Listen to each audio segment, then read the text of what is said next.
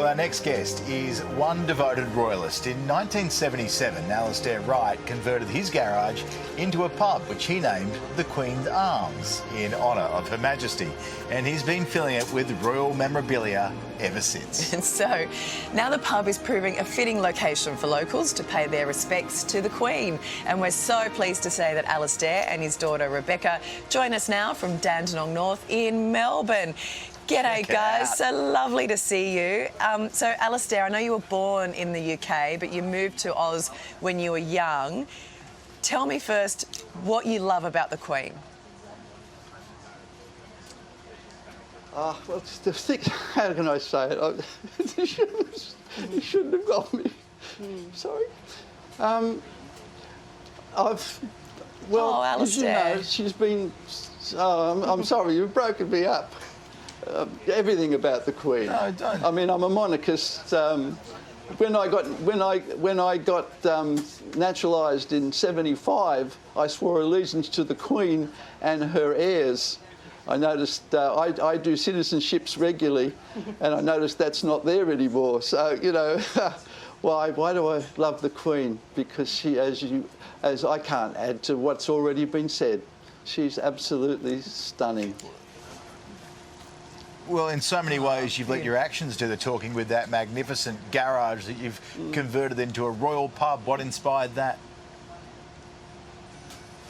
Well, it all started off with a mug from my great aunt.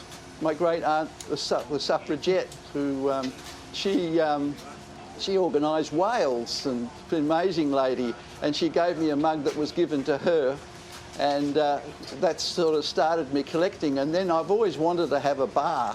And I thought, well, what theme am I going to use? Well, it was quite obvious. It had to be a royal theme. So I called it the Queen's Arms. Hey, Rebecca, what did you think of the Queen's Arms growing up? And, I mean, you didn't sneak in, did you, as a teenager and steal stuff? And you know what I mean by stuff, right? I do. Yes, I must admit, growing up with this room at the back of the house, I was quite popular. We used to have a few parties when Mum and Dad weren't home. But the clincher was years later when we discovered that Dad used to turn the bottles upside down to mark them, not mark them while they were standing up. So we got sprung a bit. Oh, it's got a lot of fun. Trick, is it? I know. That's a secret. I've let it out for almost. Yeah. What do you think? What do you think of his pub, though, Rebecca?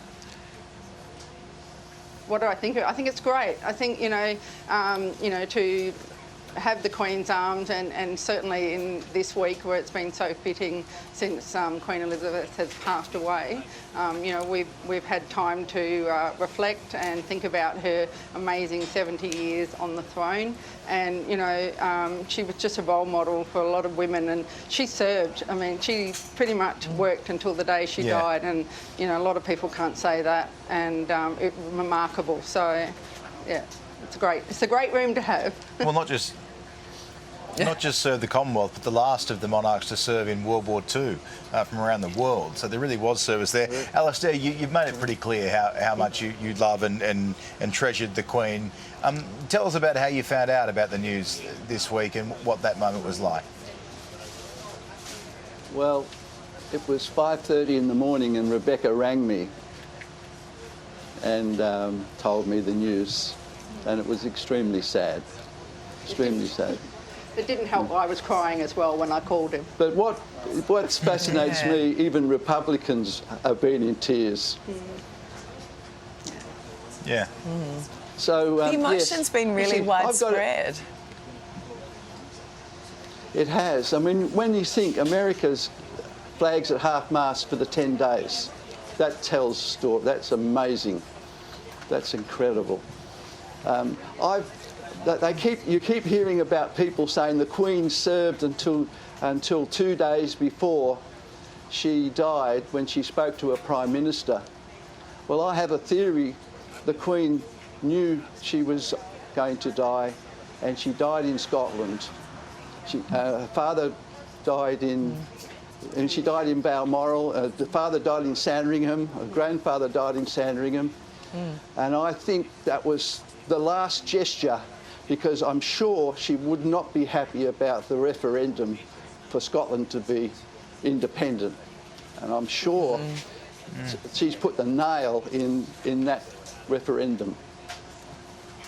So Yeah, well, Alistair, you're wearing your tartan today. There'll be plenty of tartan on show tomorrow as well as the Queen's body goes up that the Royal Mile. It's going to be pretty special, and throughout the rest of these sort of 9 days of mourning to come. And we're keen to get down there and have a drink with you and toast Her Majesty Queen Elizabeth II, all right? Ali will find you some merch to bring back. Prop up the bar. Lovely to talk to you, Alistair and Rebecca. Thank you.